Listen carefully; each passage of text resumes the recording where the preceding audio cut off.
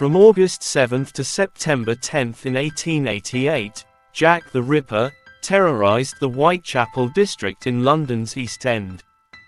He killed at least 5 prostitutes and mutilated their bodies in an unusual manner, indicating that the killer had a knowledge of human anatomy.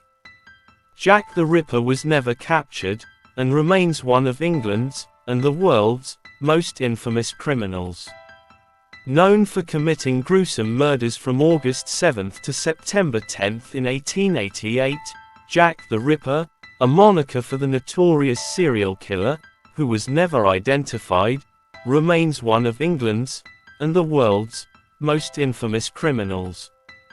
The culprit responsible for the murders of 5 prostitutes, all took place within a mile of each other, and involved the districts of Whitechapel, Spitalfields, Aldgate and the City of London, in London's East End in the autumn of 1888 was never apprehended.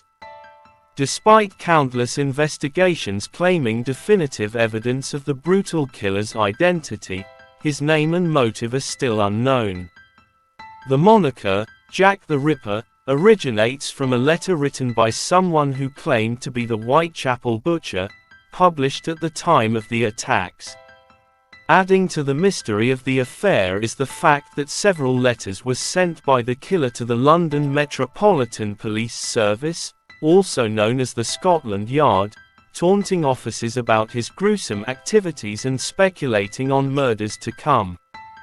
Various theories about Jack the Ripper's identity have been produced over the past several decades, which include claims accusing the famous Victorian painter Walter Sickert, a Polish migrant and even the grandson of Queen Victoria.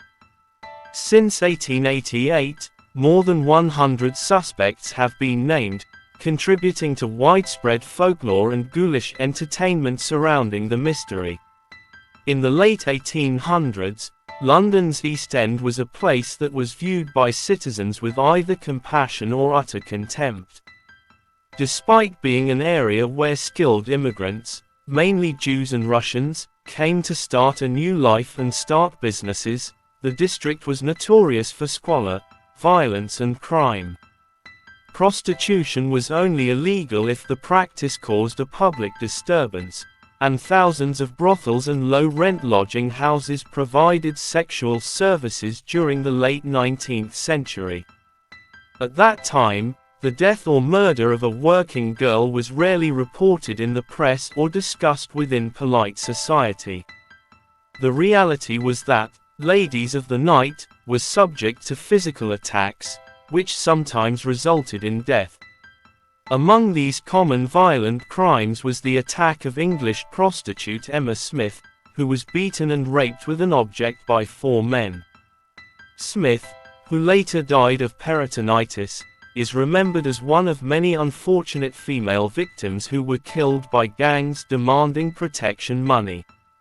However, the series of killings that began in August 1888 stood out from other violent crime of the time. They were marked by sadistic butchery, suggesting a mind more sociopathic and hateful than most citizens could comprehend.